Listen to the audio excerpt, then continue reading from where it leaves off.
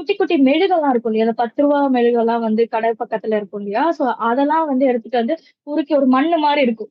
அந்த களிமண் மாரி இருக்கும். சோ அதுல வந்து வீட்ல இருக்க அந்த கிருஷ்ணர் பொம்மை இதெல்லாம் வச்சு அச்சு வச்சுட்டு, இதெல்லாம் அப்பவே அச்சு வச்சுட்டு, அண்ட் தென் அதுல கேண்டில் ஊத்தி அதுலருந்து எடுப்பேன்.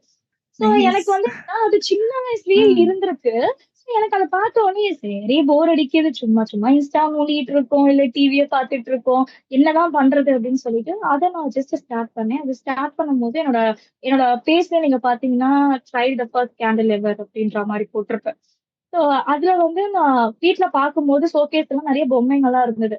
ஏன் நம்ம பண்ணக்கூடாது அப்படின்னு சொல்லிட்டு, அந்த திங்ஸ் வச்சு என்ன பண்ண முடியுமோ எங்க வீட்ல அந்த குட்டி, குட்டி கப்பல் சாசர்லாம் எங்க போனாலும் கிஃப்ட்டா தருவாங்க பார்த்துருக்கீங்களா? அந்த மாரி கப்பல் சாசர் நெறைய இருந்தது. இத வச்சு ம். என்ன பண்ணலாம்? வீட்ல இருக்கிறத வச்சு தான் திங்ஸ் வச்சு என்ன பண்ணலாம்?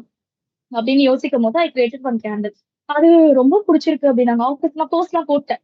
ஏன்னா நம்ம புதுசா பண்ணியிருக்கோம். நம்மளுக்கே வராது, நம்மளுக்கே தெரியாது. என்னமோ பண்ணியிருக்கோம். பார்க்க அழகா இருக்குப்பா அப்படின்னு சொல்லிட்டு போஸ்ட்.